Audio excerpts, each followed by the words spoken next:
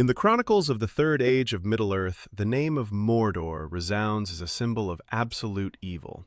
There, beyond the Black Gate, ruled Sauron himself, whose shadow lay across the entire world.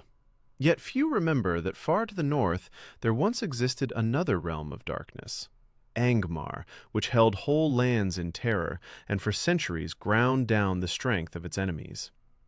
It was a kingdom that for 7 centuries played the same role as Mordor, waging war against men and elves, spreading horror and destruction. But its story began quietly, with the arrival of a mysterious ruler whose name went unspoken for a long time. The birth of a dark kingdom. The year 1300 of the Third Age. Sauron had not yet recovered from his defeat in the War of the Last Alliance. His spirit hid behind the guise of the necromancer in Mirkwood, and few knew he was still weaving his web. And then, in the harsh lands north of Eriador, a new kingdom arose, Angmar. Its ruler, styling himself the Witch King, quickly made it known that he was a lord to whom mercy was foreign. His first blows fell upon the 3 kingdoms of Arthedain, Rhudaur, and Cardolan, once united as Arnor. Arnor had been an ancient and mighty realm, founded by the faithful Numenorians, the same people who had established Gondor. But internal strife had torn it apart, and this became the opportunity for a new enemy. Only later would the truth be revealed. The Witch King was the leader of the Nazgûl, the right hand of Sauron. It was on the Dark Lord's command that he came to these lands to destroy Arnor. 7 centuries of war and intrigue. The history of Angmar was short by the standards of Middle-earth, about 700 years, but it contained enough wars to fill a millennium. From the earliest years, the Witch King skillfully manipulated his neighbors. In Rhudaur, he placed the Hillmen, his allies, upon the throne. When Argaleb, king of Arthedain, tried to reunite Arnor, it was Rhudaur that blocked his way, and soon joined with Angmar in invading his lands. Wars flared again and again. Arthedain and Cardolan survived only through the aid of the elves of Lindon, Lorien, and Rivendell. Yet Cardolan still fell. A period of uneasy peace followed, lasting 4 centuries, until King Araval defeated the armies of Angmar. But this was only a respite. 100 years later, the darkness rose once more. This time, the strike came as Gondor fought the hordes of Easterlings. Arthedain could not come to the aid of its allies. Its capital, Fornost, fell. The last king, Arvedui, perished in icy waters, cursed by the enemy's sorcery. Only when Gondor and the elves gathered their strength and struck back did Angmar fall. But the Witch King had completed his mission. The northern Danadain were destroyed as a force. Sauron, pleased, summoned his loyal servant to Mordor. A power Mordor might have envied. Seeing clearly, Angmar achieved what Mordor had failed to do for millennia. Mordor never managed to break Gondor, despite alliances with the Haradrim and Easterlings.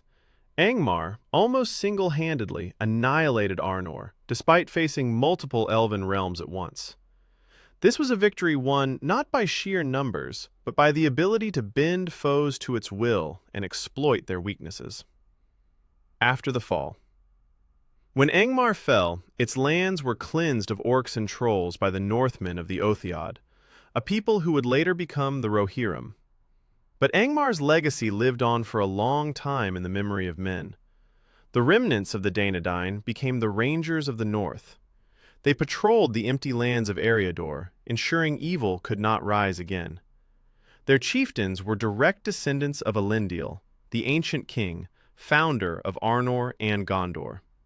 Among them was Aragorn, destined to reunite the sundered kingdoms, restore Arnor and Gondor, and rule as King Elessar. The echo of a fallen kingdom.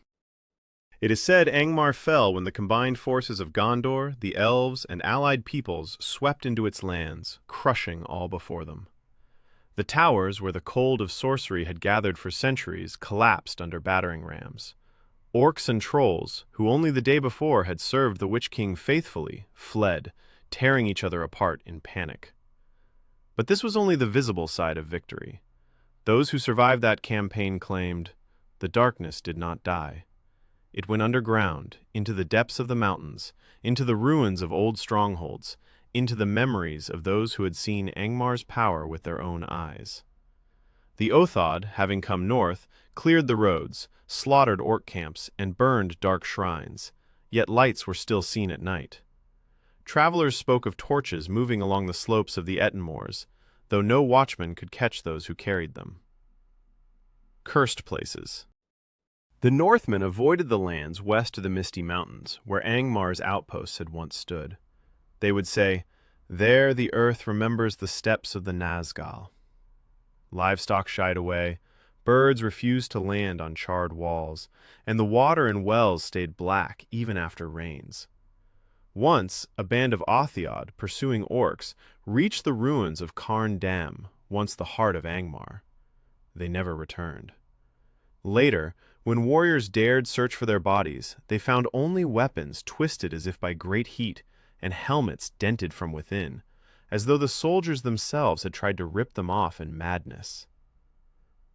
Rangers and their oath.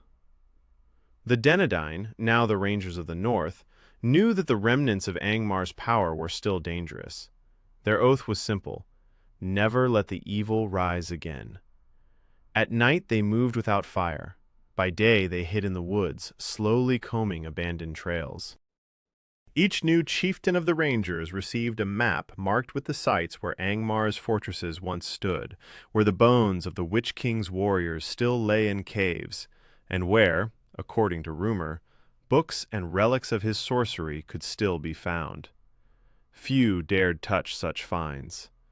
Old tales said that reading even a few lines from Angmar's scrolls could make the Witch King's voice sound in your mind, whispering and urging you to betray your people. A shadow in the snow. In the winter of 1974 of the Third Age, nearly a century after Angmar's fall, the Rangers' watch patrols noticed something strange. On the horizon, at the foot of the mountains, black figures appeared in the snowy haze, motionless as stone, yet each night they seemed closer. When two watchmen tried to approach, they vanished. In the morning, only their tracks were found, leading to a frozen lake, and there, on the ice itself, deep gouges shaped like claws. After this, the chieftain of the Rangers ordered the area to be encircled with watch posts and forbade anyone to approach the lake. Among the people, rumors spread that these were the remnants of Angmar's army, cursed and unresting, awaiting the return of their master. Even centuries later, when the memory of the Witch King seemed like legend, the elders of the northern villages would tell children, "Do not go into the mountains when the wind from Carn Dem howls through the stones. That is not the wind, but the voice of those who still wait for you in the dark." The Rangers knew the war with Angmar had never truly ended. The enemy had merely changed shape and slipped into shadow, and shadow is patient. And as long as winter rules the north, and beneath the snow lie the ruins of Carn Dem, no one can be certain that Angmar is truly dead.